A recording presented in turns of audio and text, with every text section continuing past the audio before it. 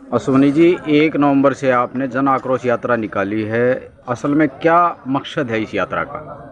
इस यात्रा का मकसद ये है भाई साहब, देखिए आज पूरे बेरी विधानसभा में मैं कई गांव में गया हूं और गांव का जो आंचल है वो पूरे हरियाणा का एक जैसा ही है।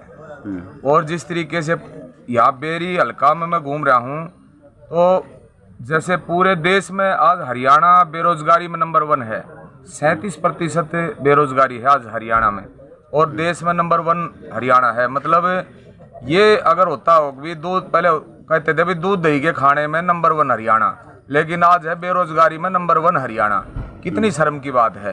तो जो नशे की जड़ है वो बेरोजगारी है और बेरोजगारी की जड़ है सरकार की नाकामी। क्योंकि सरकार कहती थी भाई हम रोजगार देंगे 2 करोड़, कहाँ है 2 करोड़ रोजगार? आज 2 करोड़ रोजगार की तो बात छोड़ो आप, जैसे बेरोजगारी बढ़ रही है उससे 4 गुना स्पीड में नशा बढ़ रहा है। मैं अभी कई गांव में होकर आया हूँ, कई गांव के युवाओं से भी मिला हूँ मैं। हमारे बेरी हल्का के जो युवा हैं वो बहुत अच्छे हैं, बहुत अच्छा आचरण है उनका। लेकिन ये जो सरकार है ये इन युवाओं को बर्बाद करना चाहती है। पीछे से आप इनका देख लो, 10 साल से जब से इनकी सरकार है, 10 साल से जब से भारतीय जनता पार्टी की सरकार चल रही है तब से और आज पिछले आंकड़े ले लो, हरियाणा के राज के आंकड़े ले लो, 25% हरियाणा में बढ़ोतरी हुई है। और बेरी हल्के की मैं बात करूं, बेरी हल्के में करीबन 19,000 और ज़्यादा बेरोजगार खड़े हो गए हैं। तो कौन सी ऐसी व्यवस्था इस सरकार के पास है, कौन सा ऐसा जादुई आंकड़ा है अब जो ये कहते हैं जब हम चुनाव में जाएंगे तो सारा हरियाणा नौकरी लग जाएगा? कौन से ऐसे मतलब झूठे आंकड़े, झूठी बात, झूठे संवाद, मतलब किस बात का, कौन सी ऐसी वो कर रहे हैं खट्टर साहब? आज जो लोग ये कहते थे भाई हम जिनको जमुना पार छोड़ के, आज वे जमुना पार वाले और खट्टर साहब दोनों इकट्ठे मिल करके पूरे हरियाणा के युवाओं का 2500 करोड़ 2,500 करोड़ रुपया लूट लिया। जो फार्म भरवा करके जो पेपर कैंसिल हुए, आज फार्म भरवा लिया, भरवाने से पेपर पैसे आ गए, पेपर पैसे आने के बाद उसके बाद वो पेपर कैंसिल हो गया। तो पैसा किसके पास गया? पैसा सरकार के पास चला गया।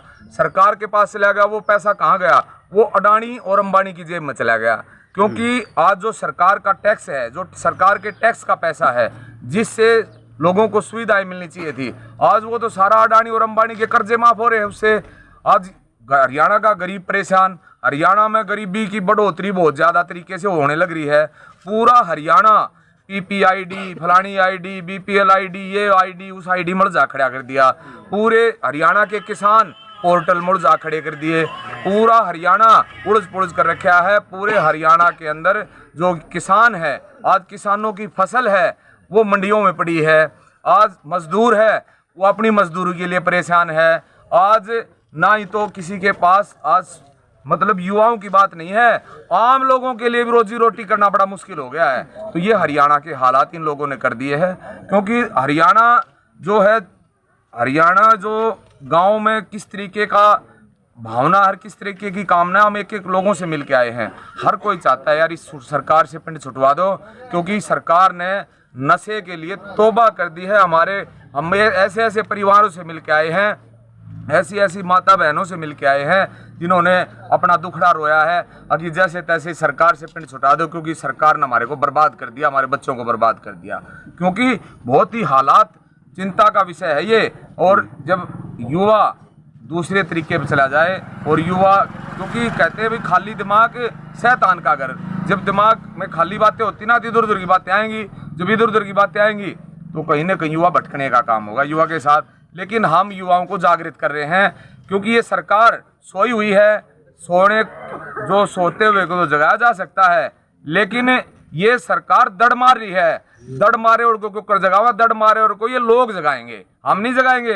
ये हरियाणा के बेरी विधानसभा के लोग जगाएंगे, यहाँ के विधायक को भी जगाएंगे और यहाँ की सरकार को भी जगाएंगे, क्योंकि बहुत हालात इन लोगों ने खराब कर दिए हैं। अश्वनी जी देखिए, बहुत सारी यात्राएं निकली हैं, लेकिन आपकी जो यात्रा है बेरी हल्के के लिए वो बेहतरीन लग रही है, क्योंकि गांव की हर गली के अंदर से आप होते हुए गुजर रहे हैं। देखिए भाई साहब, बेहतरीन ये नहीं है अगर भाई हम चल रहे हैं बहुत अच्छी लग रही है, बेहतरीन लोग इसलिए बता रहे हैं, बेहतरीन वो इसलिए लग रही है कि आज इस यात्रा में युवाओं के, बुजुर्गों के, किसानों के, मजदूर के मुद्दों की बात हो रही है।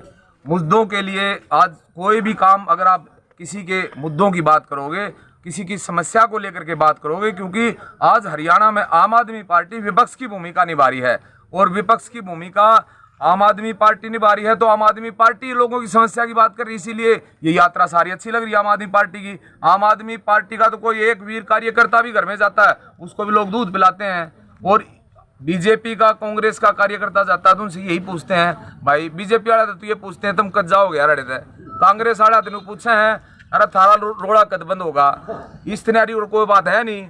लेकिन आम आदमी पार्टी के पास का जो कार्यकर्ता जाता है उनको दूध पिलाते हैं, और ये वो एक ही बात कहते हैं हरियाणा के लोग और बेरी विधानसभा के लोग कहते हैं अगीब के ना थारा नंबर है तब न लेकर आओगे।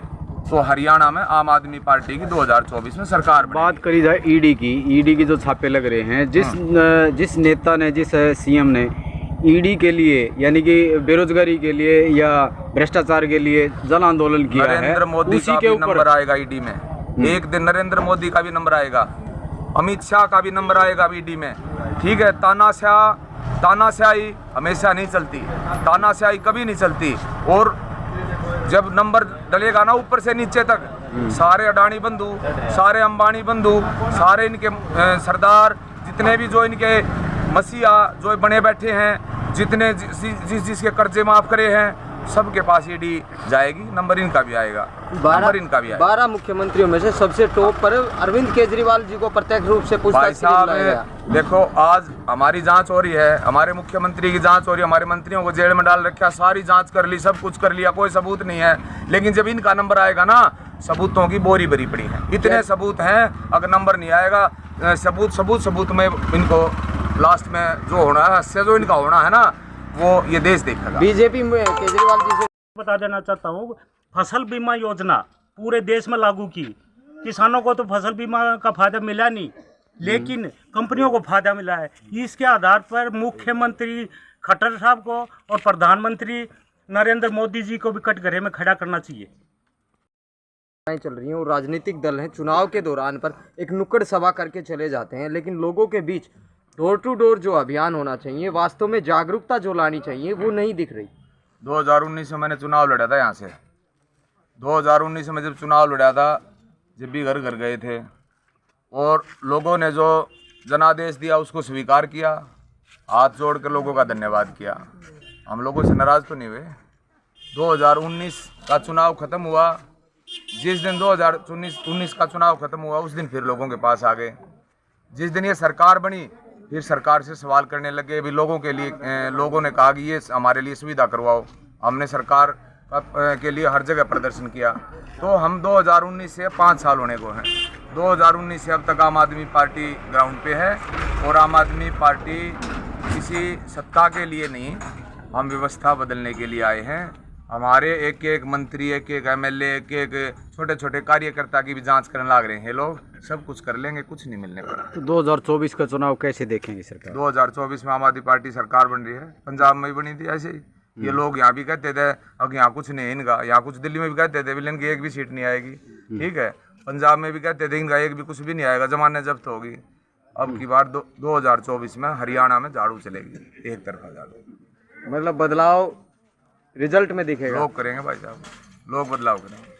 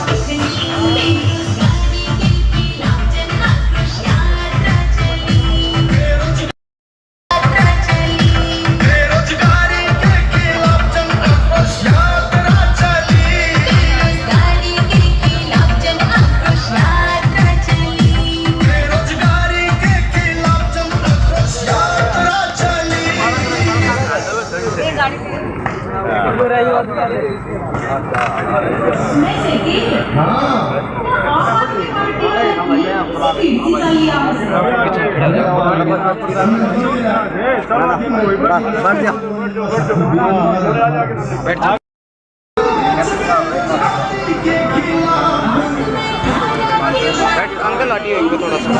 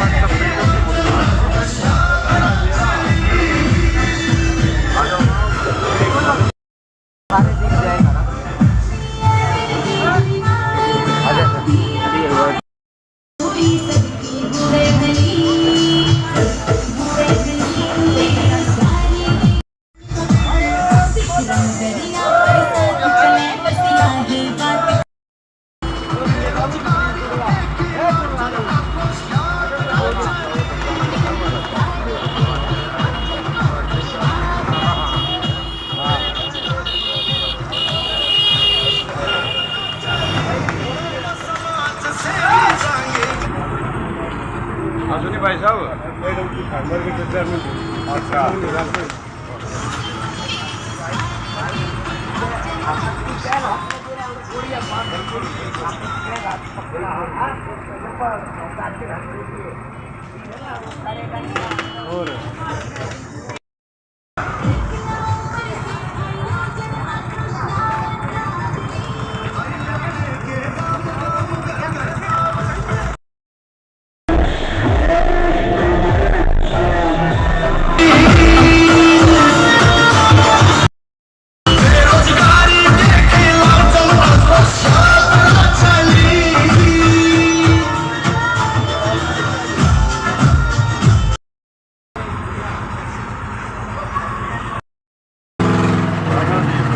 दिखता को ना